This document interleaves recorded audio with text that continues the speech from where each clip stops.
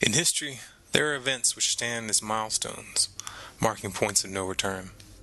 Usually, however, such moments are only visible in hindsight.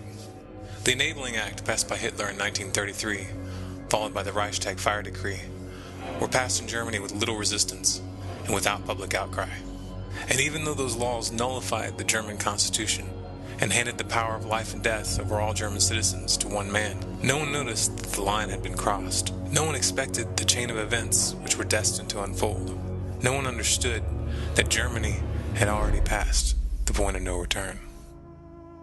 On December 15, 2011, on the 220-year anniversary of the ratification of the Bill of Rights, the U.S. Senate passed the National Defense Authorization Act of 2012. The bill officially gives the military the right to arrest anyone, U.S. citizen or otherwise, and to hold them indefinitely without trial.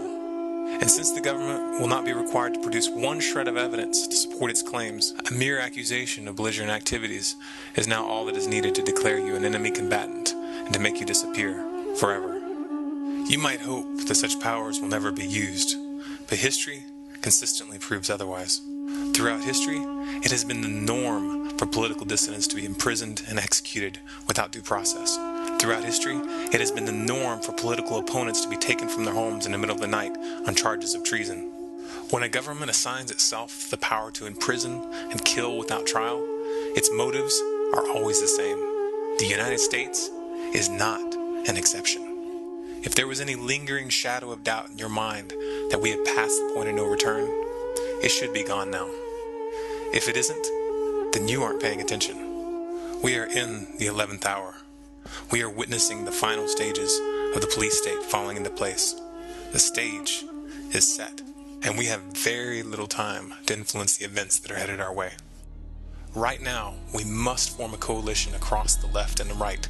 We must set aside our petty differences, no matter how important we think those differences are. We must unify against our common enemy. Our government has become a mere figurehead to the real powers that be. The Congress, the Senate, the executive branch do not represent our interest. They are bought and paid for. They are corrupt beyond all repair, and they deserve nothing less than to be arrested and tried for high treason. We the people have the power to take them down. It's in our hands right now.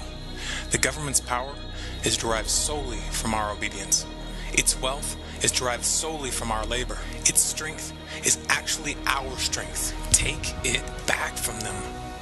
If in one unified strike we withdraw our money from the banks which have gorged on taxpayer dollars and cut off all payments to credit cards, loans, and taxes, if we refuse them our obedience and our labor and stand in defiance with clear intent, we will bring the machine to its knees. But we can only achieve this if we look past the artificial dividing line of left and right and act in unison as one people, as one nation, indivisible and focused on our goal. We must mobilize as if our lives and our children's lives depended on it, because they do. This is the 11th hour. And when they say, I want my lawyer, you tell them, shut up. Your time is Get a expired. lawyer. You're an enemy combatant.